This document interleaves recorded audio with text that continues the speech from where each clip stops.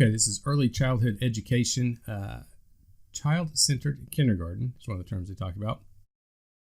We work on the areas that we've been discussing. So you'd work on the physical, the cognitive, and the social emotional. When they put them first into school, you want them to work on all three of those. Some principles of these daycares that are child-centered kindergartens. Each child follows their own unique developmental pattern. They learn best through firsthand experiences with people and materials, and that play is important for the child's total development. So the three things, just to repeat, they follow a unique pattern, each kid. They learn best from firsthand experiences, and that play is important for their total development, play with other kids. One of the things that's not on here, that hopefully you know by now, sitting still and working alone is not one of the three. That's not one of the best practices to raise an independent, smart kid. But what's weird is in school, that's what you end up doing a lot of the time, is sitting alone and working alone. Another approach is the Montessori approach. Basically, the child's given a lot of freedom and spontaneity in choosing activities. The kid gets to play with different toys. They get to choose. The teacher's more of a facilitator than an actual teacher. This is what the Montessori approach tries to do. They seek to develop self-regulated problem solvers who can make choices and manage time effectively.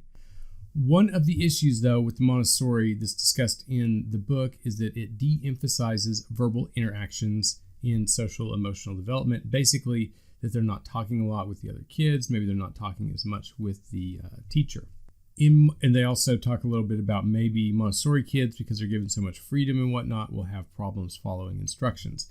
In my experience, I have had students that are from Montessori, and they, at least the ones that admitted to being from Montessori, they were one of two types. One, they were either the best students in the class, or two, they were exactly what the book is talking about. They could not follow instructions to save their lives. So it goes both ways. The approach probably works really well for some people, and maybe for some other people, it's not as good.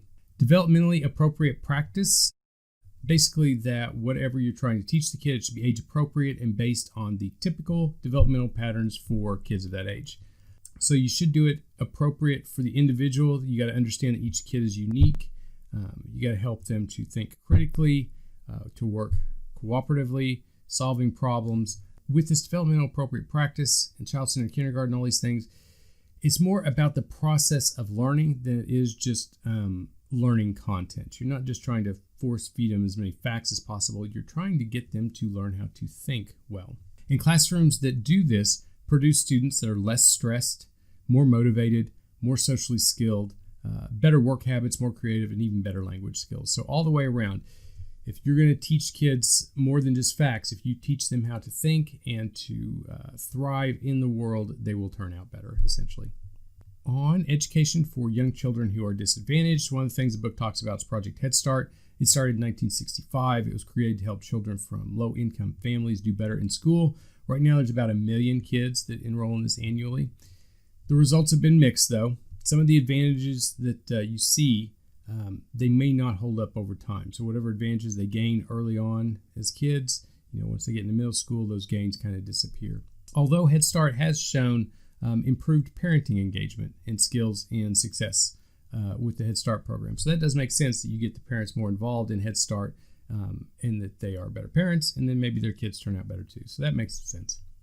There are some controversies in early childhood education, early childhood curriculum. Should all kids across the nations have the exact same curriculum in early childhood education? So if you're in kindergarten or preschool, should everyone learn the exact same things across the country?